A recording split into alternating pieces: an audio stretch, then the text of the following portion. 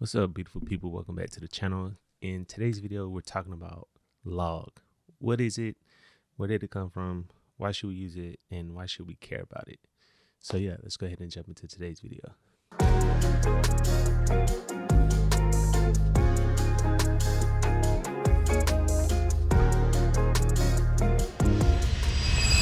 So in today's video, we're going to be kind of breaking down what log is, where did it come from, and why we should care about it, or if we shouldn't care about it.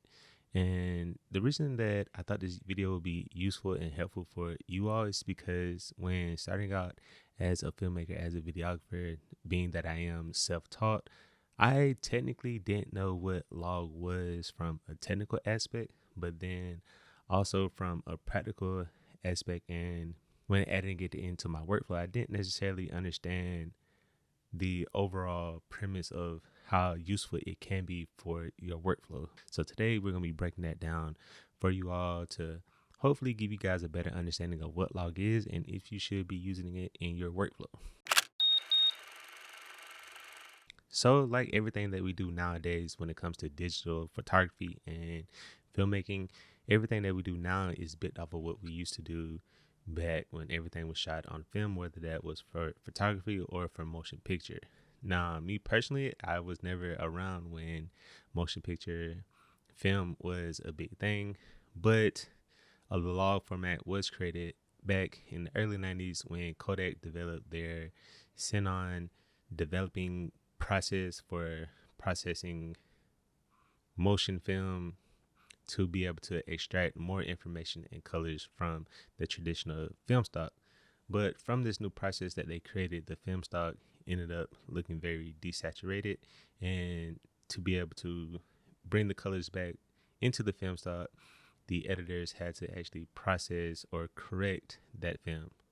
Thus, if you're familiar with how we use log footage today, then you should see the similarities there. So what is log footage today?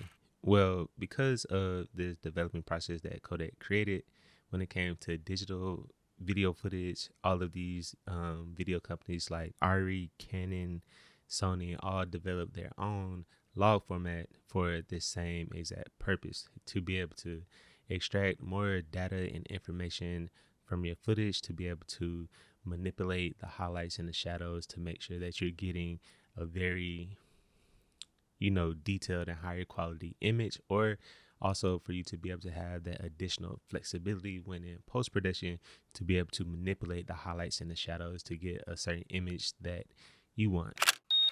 So what are the actual benefits of shooting log?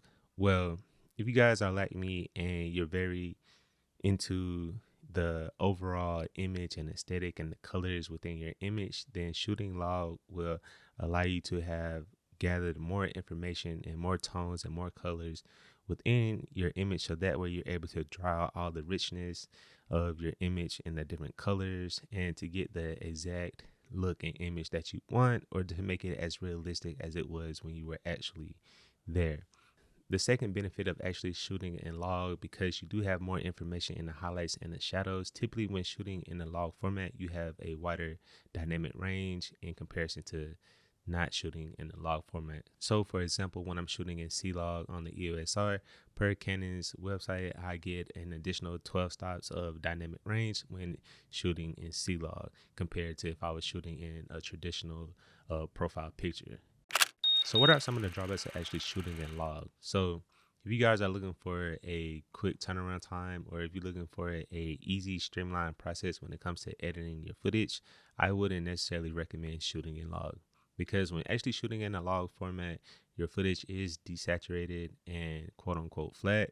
Thus, you will need to be able to go into your editing software and color correct that footage to be able to bring back the colors within the skin tones and your scene to make it more appealing for viewers. Now, if you guys necessarily don't want to take the time to do that, or if you're just not interested in learning how to color correct or color grade or be a colorist, then of course adding this additional step within your workflow may not be right for you.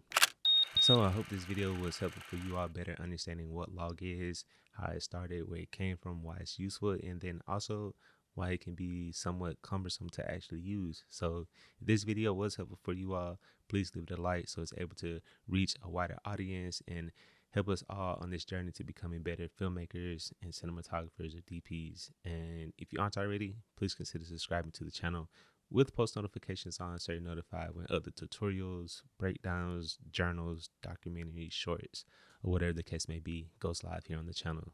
But until next time, peace.